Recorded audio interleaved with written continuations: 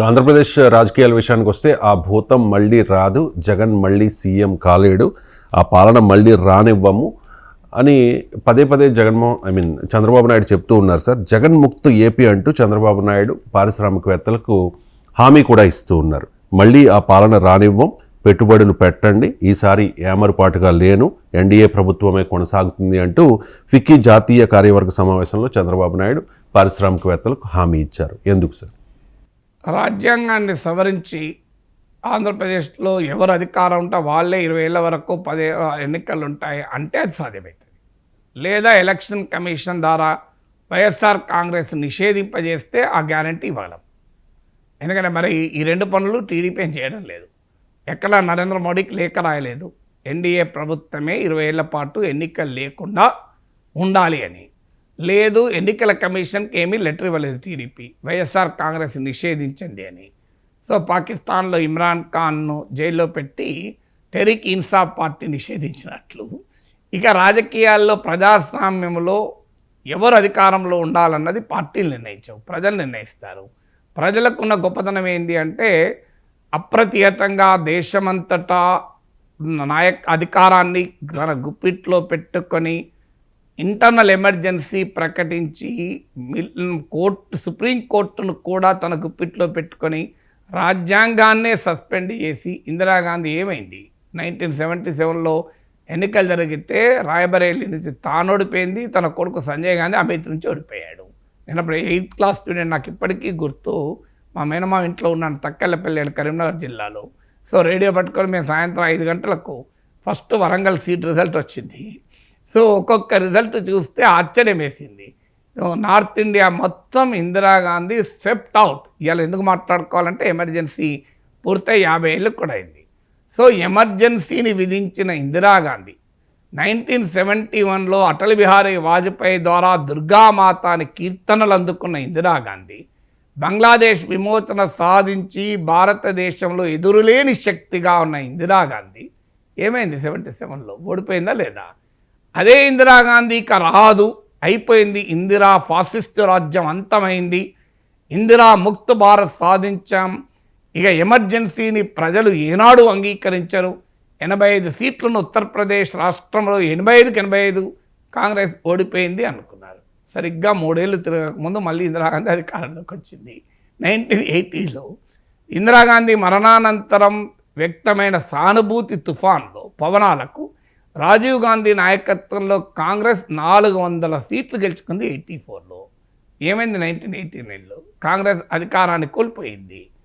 So మీకు NT Ramarao Telugu Desam చరిత్ర సృష్టించి అసలు ఒక సినిమా నటుడు 8 నెలల్లో అధికారానికి రావడం ఏంటి, అది కూడా కాంగ్రెస్ పార్టీని కూకటి వేళ్లతో లేపేయడం ఏంటి అందరూ ఆశ్చర్యపోయారు.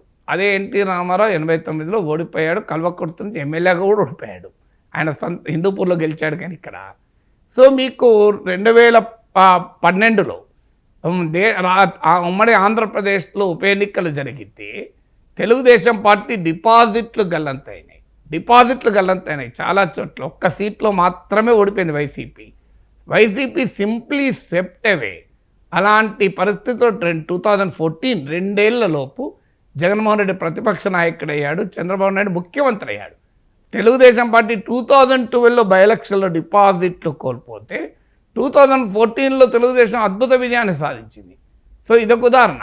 తర్వాత ఇక తిరిగి లేదు ఆంధ్రప్రదేశ్కు చంద్రబాబు నాయుడు నాయకత్వం అనుకుంటే 2019లో 23 సీట్లకు 23 సీట్లకు పడిపోయి జగన్మోహన్ రెడ్డి 1,00,000 కోట్లు తిన్నాడు అనే ఆరోపణలు ఎదుర్కొని 16 నెలలు జైలుకి వెళ్ళి సిబిఐ ఈడీ కేసులున్నాయని రోజు ప్రత్యర్థులు అవహేళన చేస్తుంటే మీకు ఏమైంది? 151 సీట్లు గెలుచుకున్నాడు.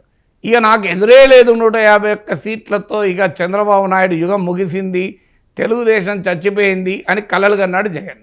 ఏం జరిగింది? 5 ఏళ్ల తర్వాత ప్రజలైనకు 11 సీట్లు ఇచ్చారు. అంటే ప్రజలు ఎంత గొప్పవాళ్ళు దీన్ని బట్టి అర్థమవుతుంది కదా. అందువల్ల ఈ ముక్తు ఆ ముక్తు కాంగ్రెస్ ముక్త భారత మోడీ అంటే నరేంద్ర మోడీకి 63 సీట్లు తగ్గినాయి. 303 నుంచి 240కి పడిపోయాడు. సొంతగా మెజారిటీ లేక చంద్రబాబు నాయుడు నితీష్ కుమార్ల మద్దతుతో నరేంద్ర మోడీ వాళ్ళ ప్రధానిగా ఉన్నాడు. మన కళ్ళ ముందు కనబడుతుంది కదా కాంగ్రెస్ ముక్త భారత్ ఏమైందో స్లోగను. సో అందువల్ల ఇలా ఈ చంద్రబాబు ముక్త్ ఆంధ్రప్రదేశ్ అని జగన్ కళ్ళలు గారు 11 సీట్లకు పరిమితమయ్యాడు. సో ఎవరి ముక్తి ఉండదు. ఇప్పుడు ఇక్కడ ఎవరైనా ఇలాగ మాట్లాడతారు, తెలంగాణలో ఇక కేసీఆర్ అయిపోయిందని రేవంత్ రెడ్డి అంటలేడా? సో జగన్ అనలేదా చంద్రబాబు నాయుడు అయిపోయింది పని అని? కానీ చంద్రబాబు నాయుడు పని అయిపోయిందా? మళ్ళీ ముఖ్యమంత్రి కాలేదా? ఎవరైనా ఊహించారా 3 ఏళ్ల క్రితం చంద్రబాబు నాయుడు ఈ స్థాయిలో మళ్ళీ ముఖ్యమంత్రి అవుతాడని? పవన్ కళ్యాణ్ 2 సీట్లకు ఓడిపోతే ఎంత అవహేళన చేశారు. పేర్ని నాని, కొడాలి నాని, రోజా, ఇలాంటి అంబటి రాంబాబులు ఎన్నిసార్లు అవమానకరంగా పవన్ కళ్యాణ్తో మాట్లాడారు. ఆయన 2 సీట్లు ఓడిపోయాడు, 3 సార్లు పెళ్ళిళ్ళు చేసుకున్నాడు. ఇదే గోల కదా 5 ఏళ్ళు. 2 సీట్లలో ఓడిపోయాడు, 3 పెళ్ళిళ్ళు చేసుకున్నాడు. కానీ ఏమైంది? వీళ్ళకి 11 సీట్లు అయితే ఆయనకు 21 సీట్లు ఇచ్చారు ప్రజలు. 2 సీట్లలో ఓడిపోయారని అవహేళన చేస్తే లోకేష్ ఎంత అవహేళన చేశారు? చంద్రబాబు నాయుడు కొడుకు కనీసం ఎమ్మెల్యేగా పోయాడు, మేనేజ్మెంట్ కోటాల బ్యాక్డోర్లో ఎమ్మెల్సీ అయ్యాడు అని. మళ్ళీ 95,000 మేడతో గెలవలేదు లోకేష్. సో ప్రజలు చాలా అద్భుతంగా తీర్పులు చెప్తారు. పొలిటికల్ స్టేట్మెంట్లు ఉంటాయి ఎప్పుడు కూడా. అంటే నేను దీన్ని బట్టి పలానా వాళ్ళు గెలుస్తారు, పలానా వాళ్ళు ఓడతారు అంటలేదు. మీకు అందులో చంద్రబాబు నాయుడు విజయాన్ని ఉదాహరించాను, లోకేష్ విజయాన్ని, పవన్ కళ్యాణ్ విజయాన్ని ఉదాహరించాను, జగన్మోహన్ రెడ్డి విజయాన్ని కూడా ఉదాహరించాను. నాకేం డిఫరెన్స్ ఏం లేదు.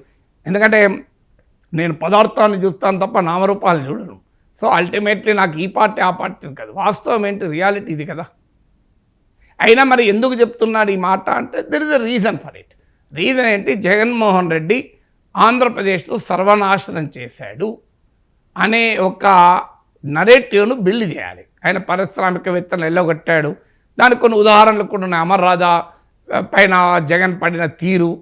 సో అందువల్ల జగన్మోహన్ రెడ్డి అమరావతిని నాశనం చేశాడు, పారిశ్రామిక పెట్టుబడులు రాకుండా చేశాడు, ఆర్థిక విధ్వంసానికి పాల్పడ్డాడు అన్నది పొలిటికల్ నరేటివ్ బిల్డ్ చేయాలి. నాకు అర్థం కాదు, ఇక జగన్ అసలే రాడనుకుంటూ రోజు జగన్ మాట లేకుండా చంద్రబాబు నాయుడు ఉపన్యాసం ఉండదు.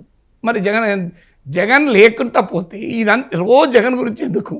మీరు ఒకసారి ఈనాడు, ఆంధ్రజ్యోతి ఒకరోజు పేపర్ తీయండి, జగన్ పేరు లేకుండా ఒక పేజ్ వన్ ఎన్నడని ఉన్నదా? మీరు ఒక్కసారి చూపెట్టండి నాకు. మరి అసలు జగన్ వచ్చే అవకాశమే లేనప్పుడు ఆయన పేరు ఎందుకు వస్తుంది పేజ్ వన్లో? నాకు నిజంగా అర్థమవుతలేదు. జగన్ పేరు రాకూడదు కదా పేజ్ వన్లో.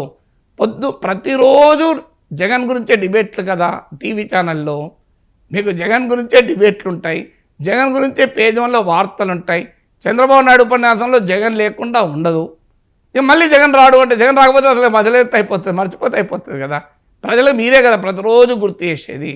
జగన్మోహన్ రెడ్డి ఎవరు గుర్తు చేస్తాను? రోజు చంద్రబాబు నాయుడు గుర్తు చేస్తాడు, తెలుగుదేశం పార్టీ గుర్తు చేస్తుంది, జగన్ వ్యతిరేక మీడియానే రోజు గుర్తు చేస్తుంది కదా. జగన్ స్మరణ లేకుండా మీకు న్యూస్ ఉండవు, డిబేట్లు ఉండవు కదా.